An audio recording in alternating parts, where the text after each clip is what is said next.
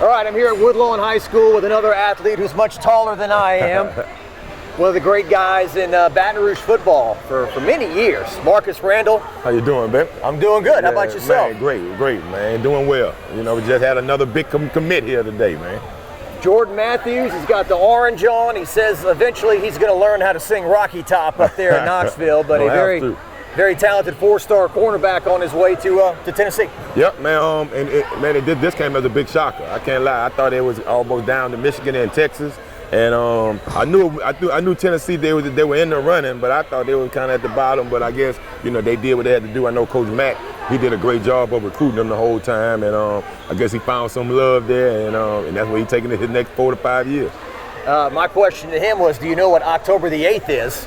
And Dad was kind of nudging him and letting him know, but October the 8th, Tennessee visits LSU and Tiger Stadium. Yep. He said he'll be on the Tennessee sideline, obviously. Obviously, man. But, that's a great thing for him. Obviously, they got some things ready for him to go over there. They got a plan for him. I think he could have went in anywhere and been a, instant guy to go in ready. Whether he started or not, I think he's one of those guys that's going to be ready to play. He got the size, he got the speed already, and he got the knowledge for the game.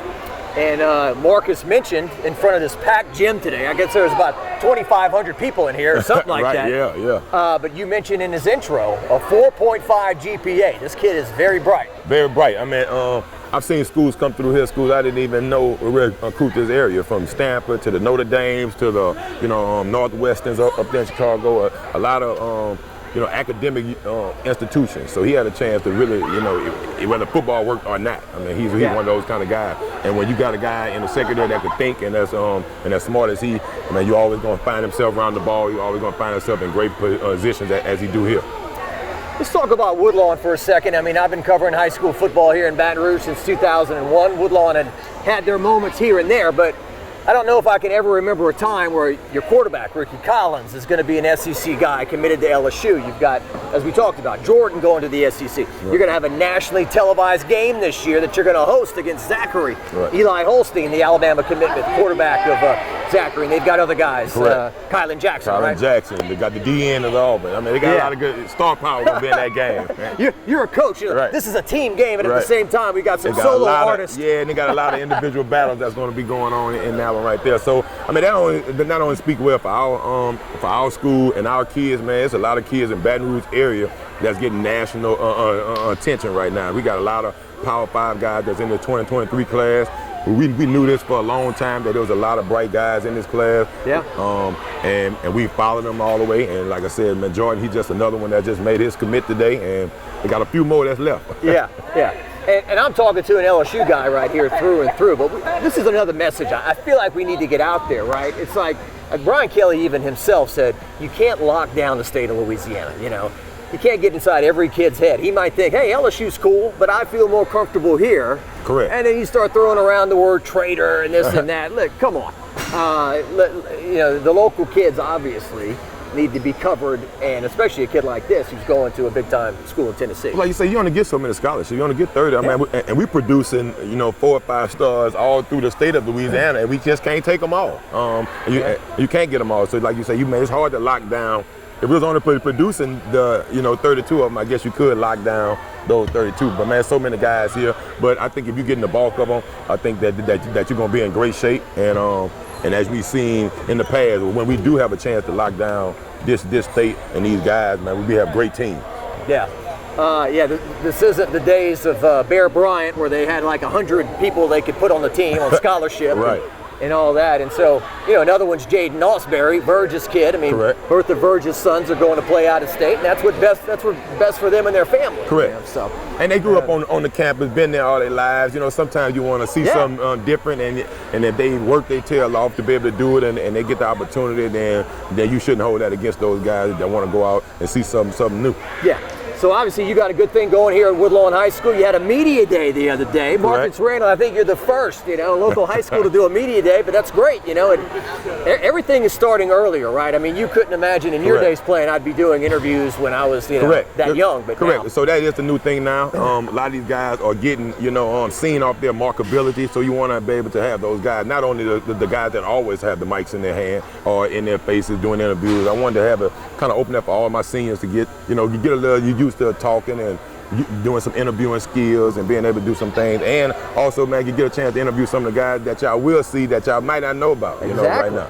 Exactly. We're paying attention to 2 guys in particular on this team, but there's some other ones. Yeah, man, we got we got Javion Haynes that's already committed to ULL, running back. We got Big Roy Brackens, our offensive lineman that's committed to Louisiana Tech already, and we got some other guys that gonna jump out there over this 2022 season.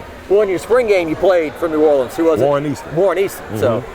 So even in the spring, you ain't ducking anybody. No, we right? ain't ducking nobody. I want all reality stuff going on, right? I don't want no false securities over here. I want my guys to get that either, and we got to get prepared to play in this tough district that they done put us in now. You know, we got both 5A state championships in our district. We got Liberty there with Caleb Jackson. Yeah, Caleb Jackson. We got Scotlandville over there with T-Set and Milligan and all those guys that's over there, man. I know our district got to be probably one of the toughest in the country, right, as we speak about it. Yeah, you're right. You're right. I mean, 2 state champions, like you said, in the same district. That's a lot of star power in it. A lot of those Power 5 guys are in our conference. So I mean, week in and week out, we'll be seeing some very talented guys. Yeah, Shelton Sampson, and Capricorn Bears, and all that.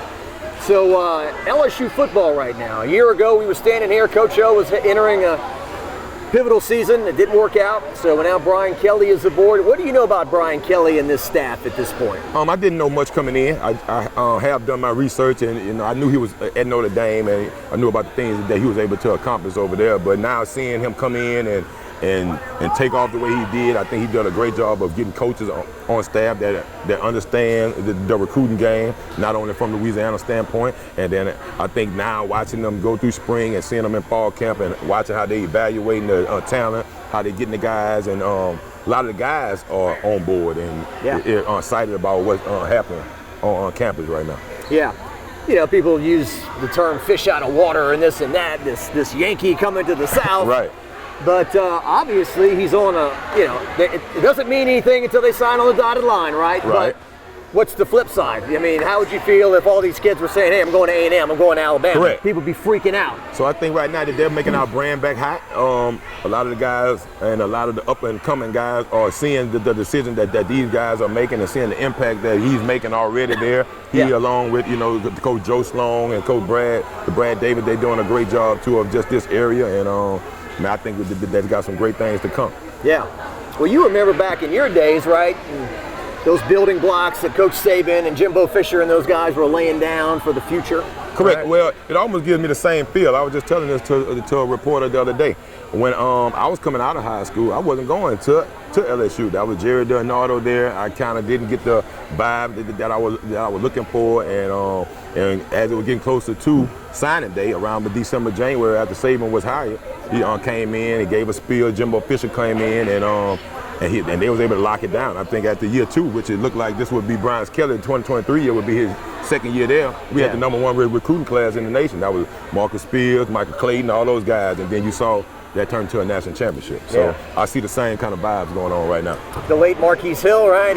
Marquise Hill, Whitworth. There's a lot of guys. I mean, we was #1 in the nation that year, and we locked down Louisiana though, and that's what I see Brian Kelly doing right now. Yeah, good deal. This quarterback competition, speaking of your position, Miles Brennan, as I'm standing here today, announced he's stepping away from football.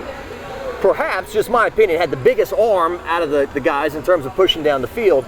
But the feet, they're a little heavy maybe, and they're looking for a guy who can scramble. And Jaden Daniels can run like a deer, and Nussmeier can scramble himself. So it looks like it's down to these 2 guys. And Walker Howard kind of plays the role of the first-round draft pick who gets mentored in his rookie year. Right. So I think that's going to be a good one. I mean, you always want to have competition, obviously, the iron sharpens iron.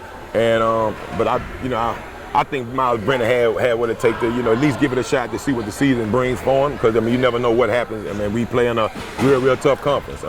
Just like we've seen over the last couple of years, 3 or 4 quarterbacks have had a chance to get on the field and play. So, but, hats off go off to him, man. He's done great for our university. He stood in there. He's been a champ all the rest of the years since he's been there. And my hat goes off to him. Yeah. But I do know that the quarterback battle is up, and we looking for one. I'm ready for him to name who that guy is. I've been hearing great things about all of the guys that's been taking the snaps thus far. But I know it's gonna come down to Nuss, Miles, and Daniels, and I believe with Brad Davis doing, and he's finding that line, he's getting the chemistry, I think either one of them are going to be, you know, successful back there. Well, obviously it's his decision to make, none of ours, but Correct.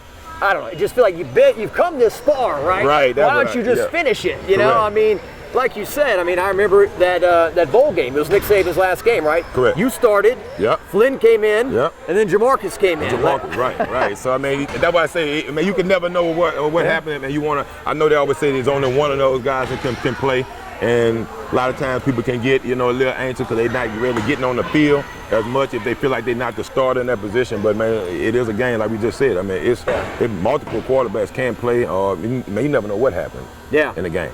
Yeah. It's interesting, interesting deal. And I should have talked to you right off the bat about Ricky Collins. So, Ricky and his recruitment, how did you kind of observe this and how it transpired? So his recruitment kind of took off in a funny time. We were coming out of COVID.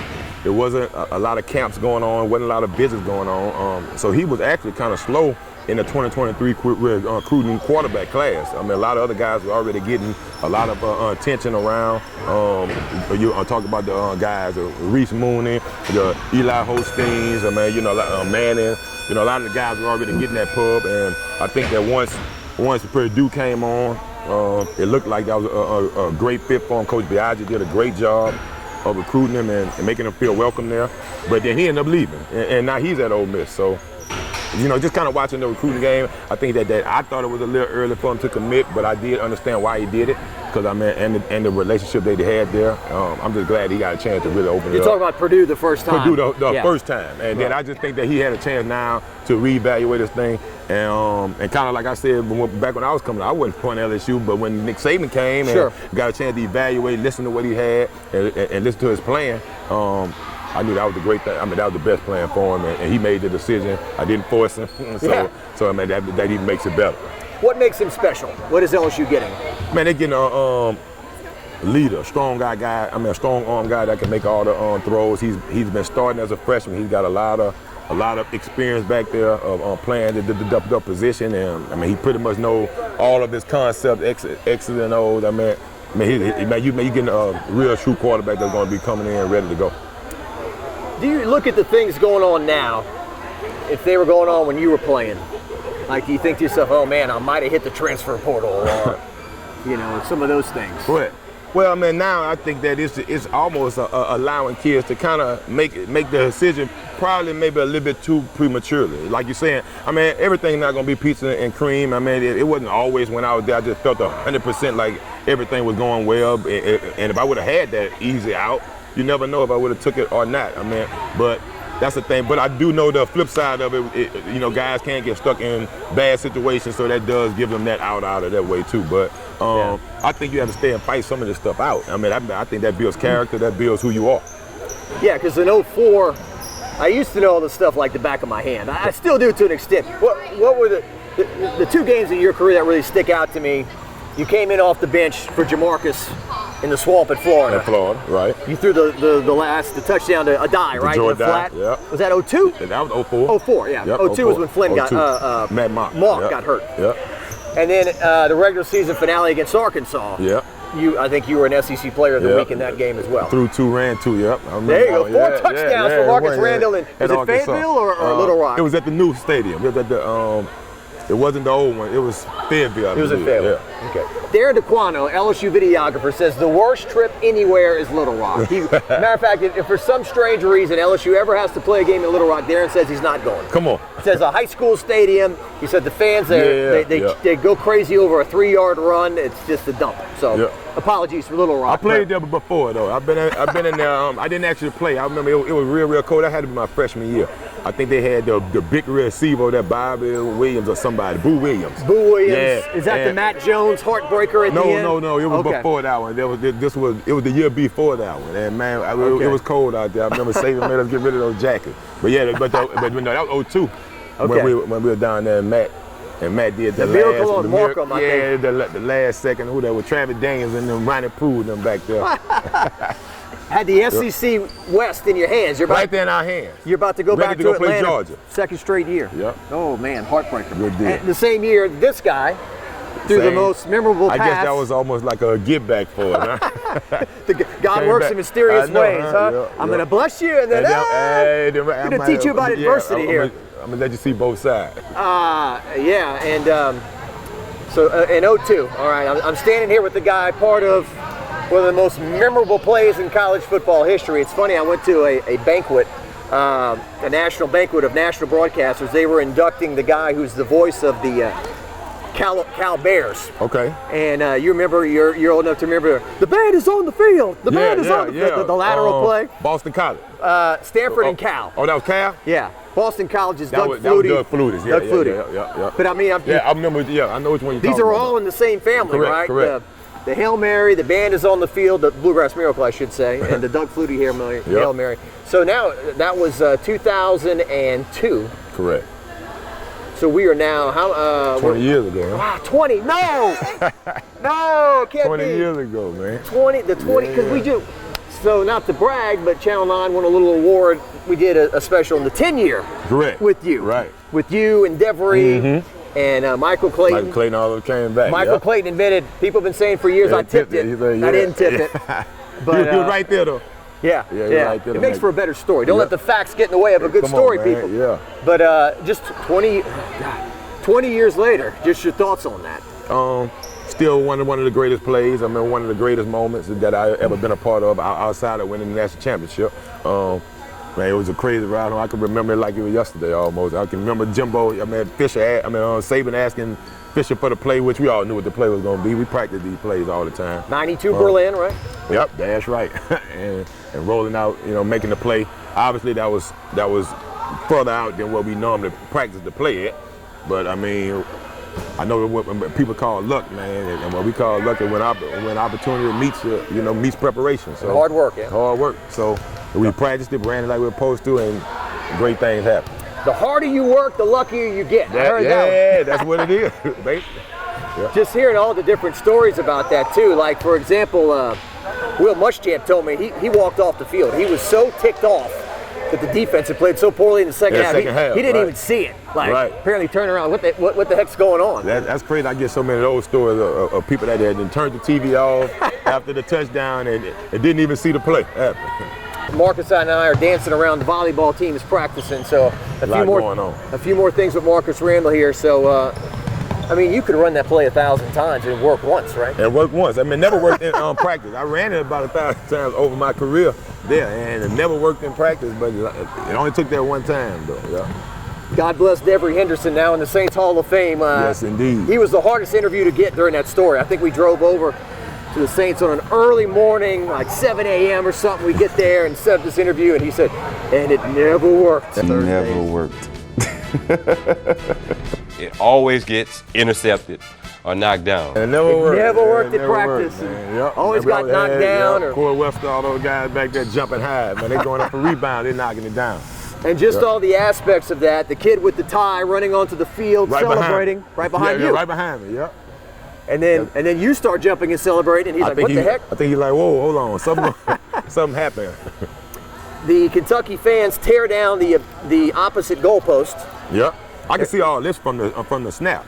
I can see all them already hanging from the goalpost. We only had about 3 seconds, so as soon as the 3 seconds, I got the ball still in my hand. They shooting the fireworks off. They already ready to march the field. But yeah, when you're a close loss. A close loss. They were what was it? Randall Blue Gay. Yep. They were celebrating a close loss. A close loss, man. Yep. To this day, they still thinking about how they were pulling the goalpost down for a close loss. When you were rolling out, you could hear they were firing them off. I could hear them. I could see them shooting them up. Like it was already didn't happen. Then the pile, right? The Jarrell Myers, talked to him last year about it. He was in that pile and stuff. Jarrell Myers, Norman June, he one of the ones you can see from the top over there jumping on top. Man. Great time right there, man. That was a fun ride home. Because that was an early game. It was gonna be actually played early. Jefferson Pilot. Yep. Yeah. So by the time we made it home, it was still 9 o'clock. 9 o'clock. Everybody waiting on it. But Saban was ticked. Yeah, he was. Because we shouldn't have been that close. Yeah. It shouldn't have been that close. We was up 21-7. We was up 2 or 3 scores going into halftime. And sorry to bring up a bad memory, but the next week, what happened against Alabama? Yeah, 31-0. 31-0, man. They ran that frog draw on us to death.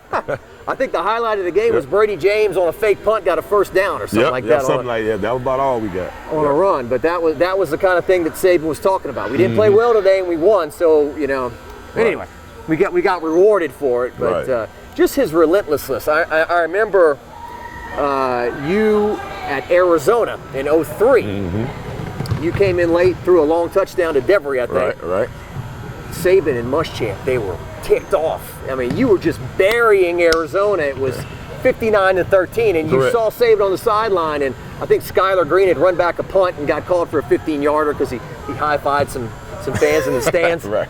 Saban was just so mad. I mean, that just spoke to how, dialed in he was. Yeah, because he always knew that, man. It was a certain way how you're supposed to do things, and if you didn't do them a certain way, you can always get lucky, but it's never going to be when you want it to happen. So, man, I learned a lot from that, man, because it ain't always about your results. It's about how you're doing things day in and day out. That makes who you are.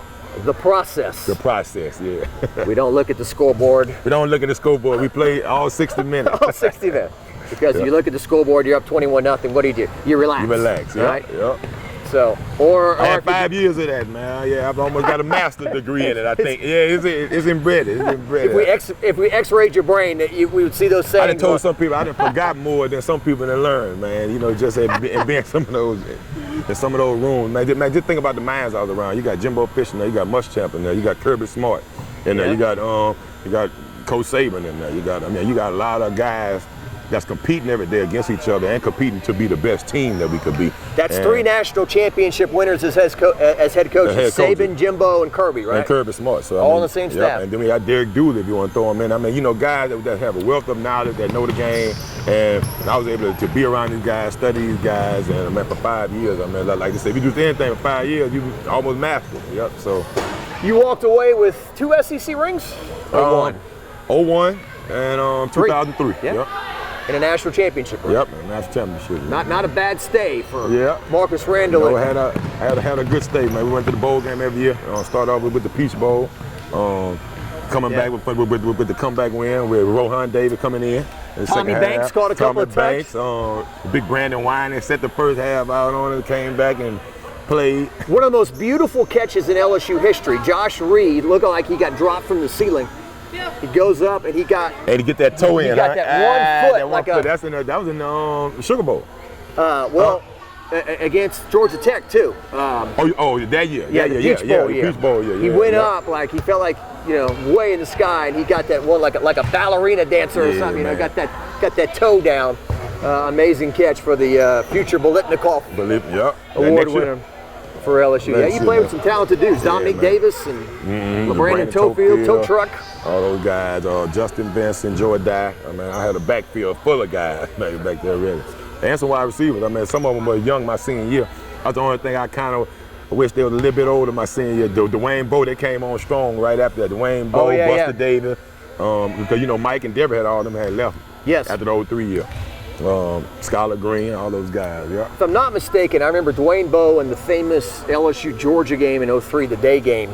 The Saban said before the game, the sky won't fall if we lose this game, okay? It won't, because he was afraid of that. Everyone was building us up to this big game, anxiety, and all that stuff.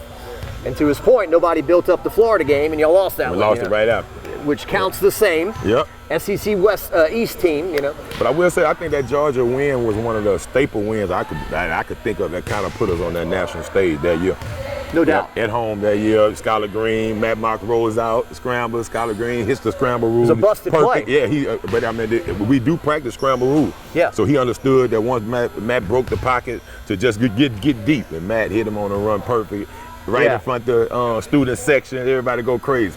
I remember him jumping in that end zone, man. He was jumping like, his feet were like right here, he was pumping his fist. Matt Mogg, I think Skylar said, I ran the wrong route or something. Right. Matt was looking for me here and I was there, but like you said, scramble rules, improvise, hit the play. And I remember Marcus Randall swinging the towel, standing up on the bench, and Corey Webster making the final pick. Yep, sealing the deal for us, man. That was big. To wrap up the game. What I was just going to say real quick is I think Dwayne Bowe might have caught one pass in that game across the middle, and he was so skinny, and they hit him, and it was just like, you know. Yeah. But that might be his freshman year. Then. Yeah. Yep. To your point, he grew into a man, you know, by the time he left. And got some LASIK surgery.